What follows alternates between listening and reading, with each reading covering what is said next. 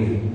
រដ្ឋបាលស្រុកអូស្មានបានរៀបចំការគណៈកម្មការគ្រប់គ្រងស្ថានភាពនិងរៀបចំផែនការទម្លាក់ទូតប្រជាពលរដ្ឋក្នុងការសមាជិក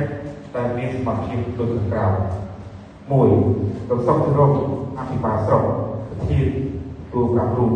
2. លោកតែបញ្ជួយអភិបាលរដ្ឋស្រុកអនុប្រធាន 3. លោកស្រីស្រីបតិធីអភិបាលរដ្ឋស្រុកសមាជិក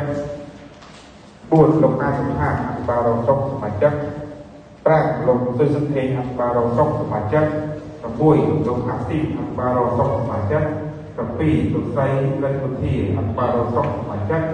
8. លោករស្មីឯកលោកស្រីចាស់អភិការរបស់ស្រុកសមាជិក 9. លោករស្មីតូសូសវ៉ាមេបញ្ជាការផ្នែកសង្គ្រោះដោយស្មារតីសមាជិក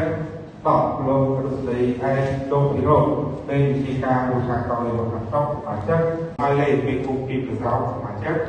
14. លោកកសិធនមេគុកទួងទីសមាជិក 15. លោកកស្រីមេគុកទាំង13ជាសមាជិក